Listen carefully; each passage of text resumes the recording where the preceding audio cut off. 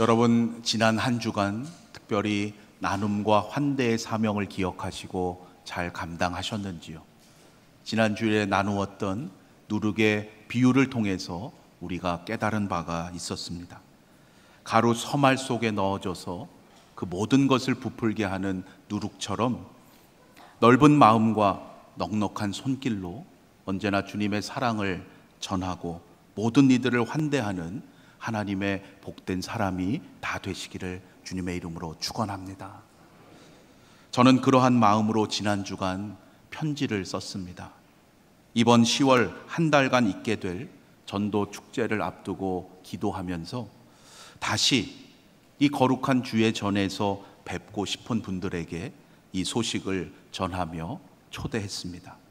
제 편지의 한 부분을 소개해 드립니다.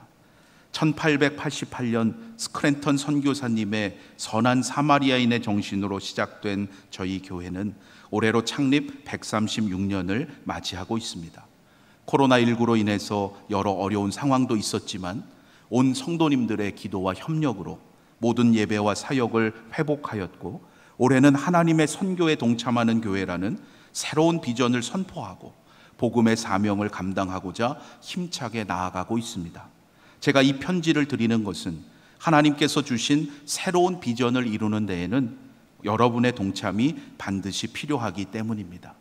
오랜 역사 속에서 지금까지 감당해왔던 자랑스러운 신앙의 전통을 계승하고 새로운 시대의 선교적 사명을 여러분과 함께 감당해 가기를 간절히 소망합니다. 여러분과 함께 하고픈 간절한 소망을 가지고 이번 가을을 기대하며 기다립니다. 특별히 이번 10월 한 달간을 새가족 및 여러분과 함께하는 축제의 기간으로 삼고 정성껏 준비하고 있습니다. 하나님께서 여러분을 사랑하셔서 이번 축제에 초청하시는 그 마음이 이 편지를 통해서 전해지게 되기를 바라며 기도드립니다. 잘 썼지요? 네. 모두 몇 통을 보냈을까요? 376통. 꽤 많지요. 이 소식을 전해드려야 할 분들이 여러분 많이 있어요. 선교부에서 이번에 주소를 다 확인하고 발송해 주셨습니다.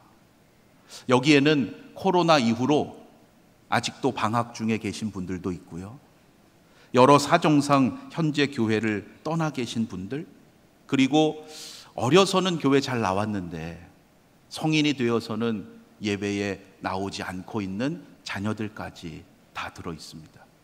혹시 여러분 가정에도 그러한 분이 계시면 이 편지가 갈 것입니다. 연초부터 여러분이 작정하며 제출해 주신 전도 대상자들을 위해서도 애옥의 전도대 기도팀에서 계속해서 기도해 오고 있습니다.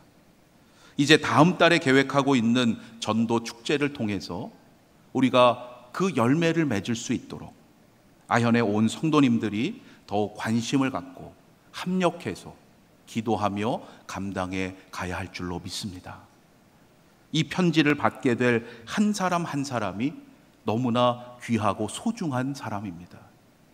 하나님께서 지금도 그를 얼마나 사랑하시고 얼마나 기다리고 계시는지 이번 기회를 통해서 깊이 깨닫고 함께 예배드리는 그날을 소망하며 여러분 합력해 주시기를 바랍니다.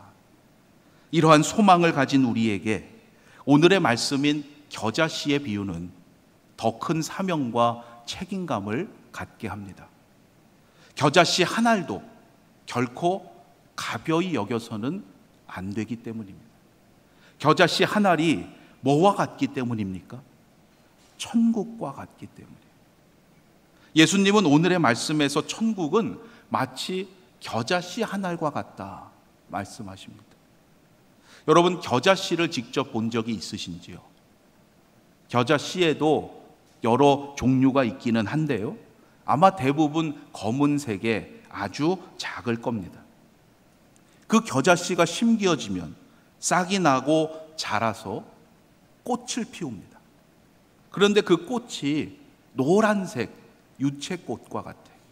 봄에 제주도에 가면 벌판에 유채꽃이 흐드러지게 피죠. 그러한 유채꽃처럼 아주 예쁜 노란 꽃을 피워냅니다. 토양이 좋고 햇빛이 잘 자라는 곳이라면 그 겨자씨가 자라서 거의 3m까지 자라나게 돼요. 이러한 생태학적 이해를 가지고 예수님께서 이 비유의 의미를 직접 설명해 주신 오늘의 본문 32절 말씀을 먼저 살펴보고자 합니다. 이는 모든 씨보다 작은 것이로되 자란 후에는 풀보다 커서 나무가 되매 공중의 새들이 와서 그 가지에 깃들이느니라. 지난 시간에 살펴본 누룩의 비유에서는 이러한 설명이 없었습니다. 그냥 하나님의 나라는 누룩과 같다 이렇게만 말씀하셨어요. 그래서 그 비유의 의미를 이해하는데 어려움이 있을 수 있습니다. 그에 비하면 오늘의 이 겨자씨의 비유는 예수님의 설명이 들어 있습니다. 왜 천국을 겨자씨와 같다고 하시는지 그 이유를 이어서 친히 말씀해 주십니다. 이렇게 설명해 주시니까 여러분 얼마나 좋습니까? 분명하지요. 지금 이 세상에는 우리가 볼 때 참 불합리하고 부정의하고 불의한 일들이 많이 있어요. 그래서 때로 어떻게 이 땅에 하나님의 나라가 임하신 겁니까? 반문하게 돼요. 그러나 그러함에도 오늘의 말씀을 통해서 깨달아야 할 것은 하나님의 선하신 뜻은 반드시 이루어진다는 거예요. 그 뜻이 어떻게 이루어집니까? 지금 우리가 보기에는 한 알의 겨자씨처럼 잘 보이지 않을 수 있어요. 하지만 언젠가는 그것이 자라고 커서 큰 나무처럼 모든 사람에게 분명하고 명백하게 보여지게 된다는 말씀이에요. 이처럼 겨자씨 한 알에 가장 작은 곳에서 가장 큰 곳으로의 놀라운 변화, 바로 이것을 통해서 이 땅에 임해서 확장되어가는 하나님 나라의 특성을 설명해 주신 것으로 우리는 이해할 수 있습니다. 그래서 이와 같은 겨자씨 한 알이 또한 성경에서 무엇에 비유되기도 합니까? 겨자씨 한 알만한 뭐가 있으면은요? 믿음이 있어요. 겨자씨 한 알이 믿음에도 비유돼요. 오늘 이 비유의 말씀 외에도 17장에 나오는 귀신 들린 아이를 고치는 사건에서도 겨자씨 한 알이 등장합니다. 귀신 들린 아이를 제자들에게 고쳐달라고 했는데 고치지 못하죠. 예수님께로 데려오니까 예수님이 고쳐주시고 제자들이 묻습니다. 아니 왜 우리는 못 고친 겁니까? 예수님께서 이러한 비유로 말씀하신 거예요. 이르시되 너희 믿음이 작은 까닭이니라.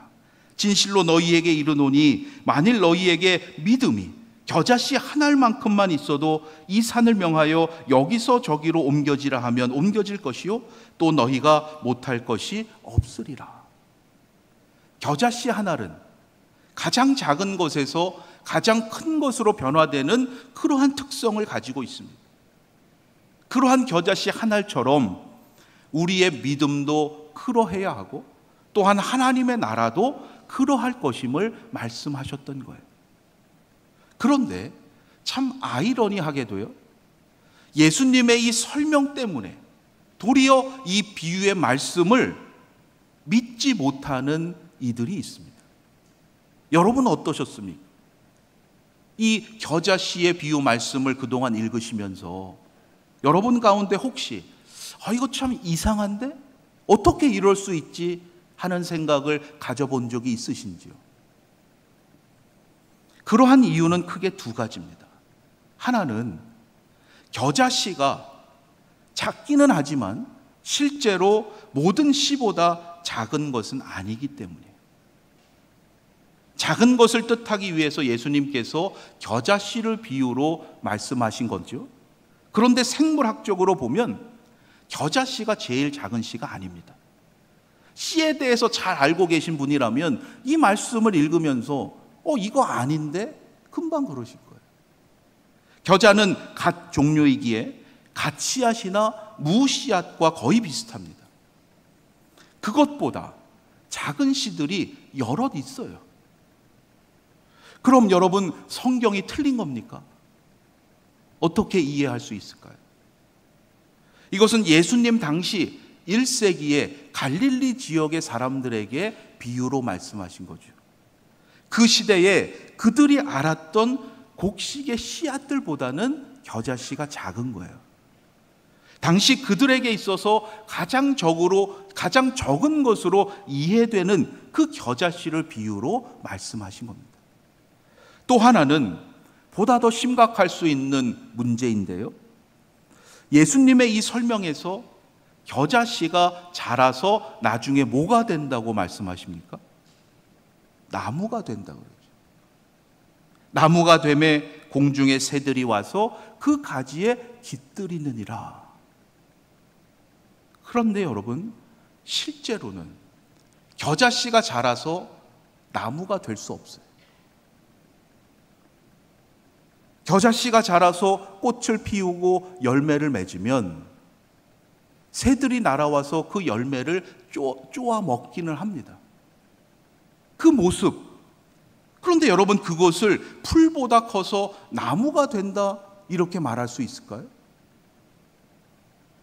성경을 읽다가 특별히 복음서에서 이러한 의문이나 문제를 만나게 되면 여러분, 먼저 확인해 볼 수 있는 좋은 방법이 있습니다. 복음서가 하나가 아니죠. 여러 복음서가 있어요. 다른 복음서에서 전하는 같은 내용의 말씀을 찾아서 비교해 보는 거예요. 겨자씨의 비유가 마태, 마가, 누가, 공관복음 모두에 들어 있습니다. 세 복음서에 들어있는 이 겨자씨 비유의 말씀을 자세히 비교해 보면 흥미롭게도 마가복음의 내용에서 이 대목이 다릅니다. 마가복음만 달라요.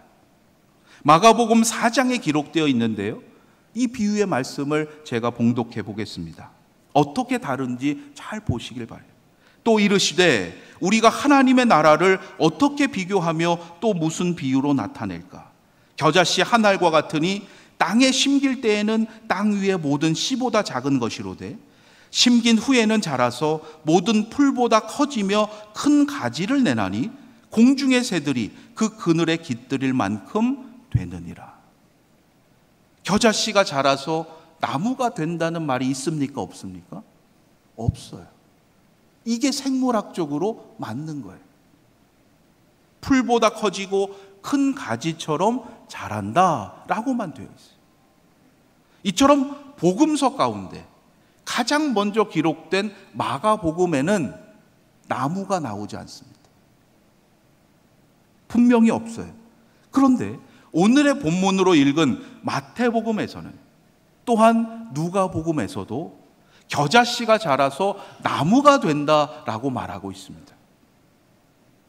여기에서 우리는 저자 마태와 누가의 의도를 생각해 볼 필요가 있는 거죠.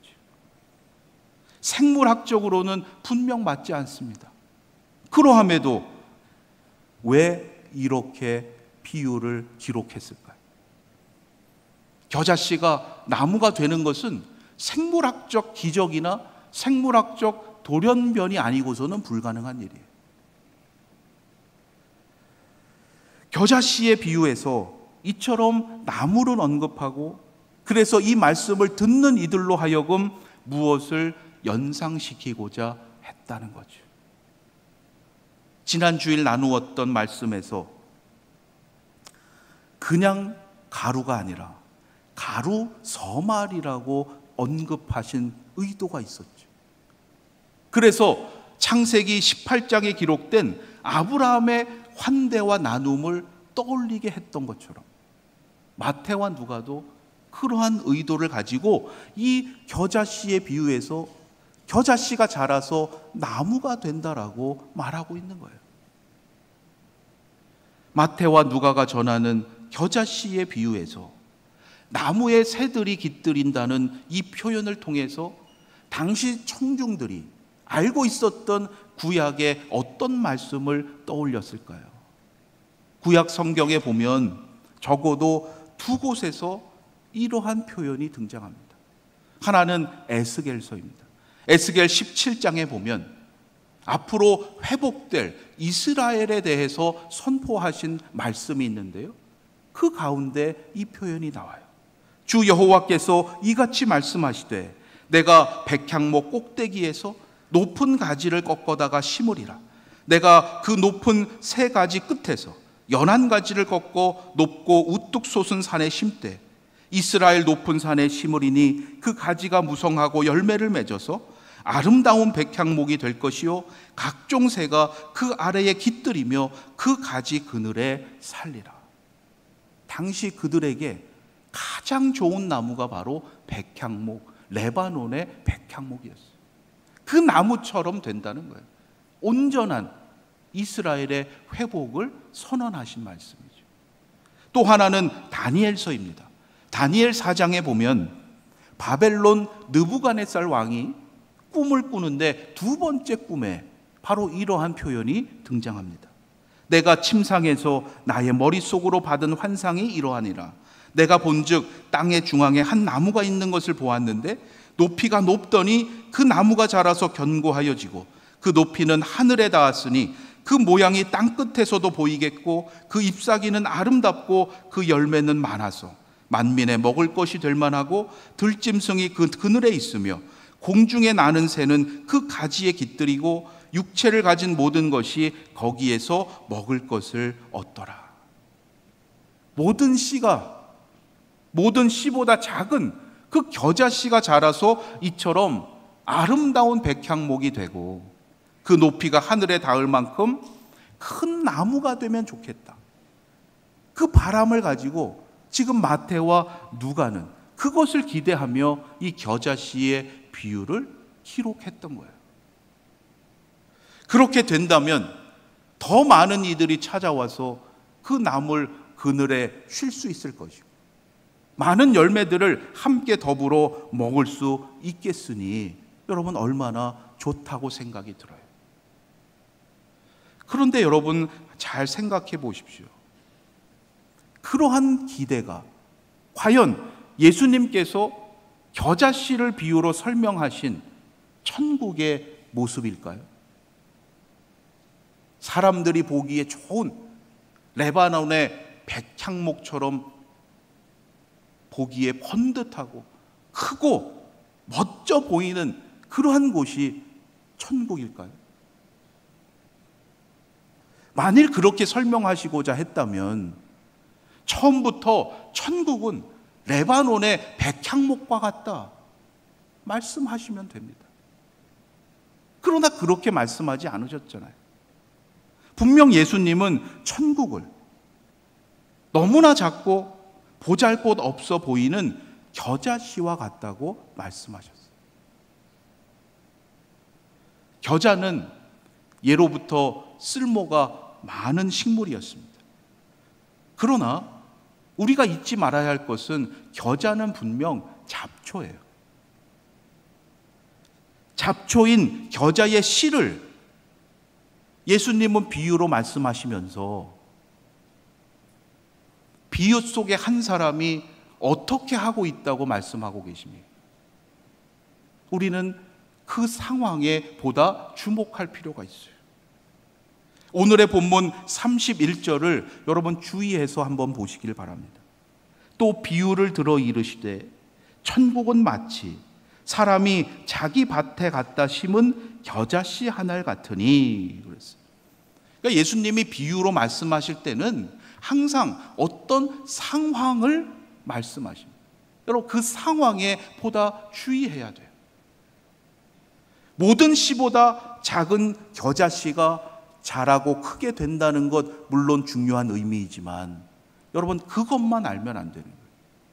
이 비유에서 겨자씨가 어디에 심겨지는지를 잘 이해해야 됩니다. 잡초인 겨자의 씨를 자기 밭에 갖다 심었다는 거예요. 자기 밭에 갖다 심은 겨자씨와 같다는 말씀입니다. 지금 우리는 이 말씀, 이 상황을 생각할 때 뭔가 낯설거나 특별한 게 느껴지지 않지요. 그때의 상황과 문화와 다르기 때문에 그걸 비유를 이해하는데 어려운 거예요. 그런데 당시 예수님의 이 비유의 말씀을 들었을 사람들은 깜짝 놀랐을 거예요. 지난주에 가루 서말에 누룩을 넣는 그 이상으로 너무나 놀라운 말씀이에요. 아주 낯선 상황이에요. 이것은 당시의 상식으로나 당시의 율법 규정으로나 문제가 될 일인데 이 사람은 그걸 지금 스스로 자초하고 있는 상황입니다. 하나님의 백성으로서 지켜야 할 정결법이 그들에게 있었죠. 세상 속에 살아가면서 하나님의 백성으로 너희는 이것을 반드시 지켜야 된다 주신 계명이 정결법이에요. 레위기에 있잖아요. 레위기 19장에 보면 거룩한 백성이 힘써 지켜야 할 여러 규정들 가운데 바로 이것에 해당되는 내용이 들어있습니다. 레위기 19장 19절 말씀이에요. 너희는 내 규례를 지킬지어다. 내 가축을 다른 종류와 교미시키지 말며 내 밭에 두 종자를 섞어 뿌리지 말며 두 재료로 직조한 옷을 입지 말지며. 작은 겨자씨 한 알만 그 밭에 뿌렸겠습니까? 아니죠. 이미 다른 것 그 밭에 심었을 거예요. 거기에 지금 겨자씨를 뿌리는 거예요. 금지되어 있는 겁니다. 그런데도 이 사람이 밭에 갖다 심은 겨자씨 한 알, 여러분 그것은 상식 이상의 것을 의미하는 거예요. 율법 규정에 얽매이지 않는 하나님을 향한 진정한 믿음의 실천을 뜻하는 거예요. 상식선에서만 신앙생활하는 사람이라면 이렇게 할 수 없습니다. 여전히 과거의 전통에만 얽매여 있는 사람은 도저히 생각할 수 없는 방식이라는 거예요. 여러분, 어떠한 사람이 하나님의 나라를 볼 수 있습니까? 바로 이거예요. 누구를 통해서 이 땅에 하나님의 나라가 확장되어 가느냐? 상식과 전통도 물론 필요하지만 그것에 얽매이지 않는 사람, 하나님께서 주시는 담대한 믿음으로 그것을 뛰어넘는 사람, 마치 겨자씨 한 알과 같은 그 작은 믿음이라 할지라도 포기하지 않고 하나님의 말씀에 순종하는 사람을 통해서 오늘도 이 땅에 하나님의 나라가 이루어져 간다는 말씀이에요. 여러분, 하나님의 나라는 이미 이 땅에 임하여 있습니다. 그것을 어떻게 볼 수 있습니까? 오직 말씀에 순종하는 삶으로 세상의 상식과 전통을 초월할 때 가능하다는 거예요. 여러분, 이 땅에 임하여 있는 하나님의 나라를 보는 자가 되시기를 바랍니다. 어떤 일이든지 내 생각, 내 경험으로만 먼저 판단하지 마십시오. 언제나 하나님께 먼저 기도하는 자가 되시길 바랍니다. 그러할 때 이 세상에 얻을 수 없는 하늘의 지혜와 믿음의 능력을 얻을 수 있기 때문이에요. 오늘 이 시대에 바로 이것이 우리에게 필요한 거예요. 그러할 때 겨자씨 하나를 자신의 밭에 갖다 심은 그 사람처럼, 비록 지금 나의 믿음이 너무나 작고 연약한 것 같지만 하나님께서 행하실 놀라운 일을 신뢰하는 믿음의 사람이 되어서 하나님께 쓰임받고 아름다운 열매를 맺는 복된 자가 되게 하실 줄로 믿습니다. 그것이 바로 오늘도 이 땅에 하나님의 나라를 이루고 확장해 가는 길입니다. 상식과 전통도 필요하지만 그것을 뛰어넘는 믿음이 있어야 돼요. 마치 겨자씨 한 알과 같은 작은 믿음이라도, 말씀에 순종할 때 저와 여러분을 통해서 하나님께서 오늘 이 시대에 놀라운 역사를 이루어 가실 줄로 믿습니다. 그 일에 귀히 쓰임받는 우리 모두가 되기를 주님의 이름으로 축원합니다. 기도드리겠습니다. 하나님, 겨자씨 한 알과 같은 작은 믿음일지라도 우리를 통하여 오늘 이 시대에도 하나님의 놀라운 역사를 이루어 가실 줄로 믿습니다. 오늘도 그 믿음 주셨사오니 합력하여 하나님의 선한 뜻을 이루어 가게 하시고 아름답고 풍성한 열매를 맺는 복된 공동체 되게 하여 주시옵소서. 우리 주 예수 그리스도의 이름으로 기도드립니다. 아멘.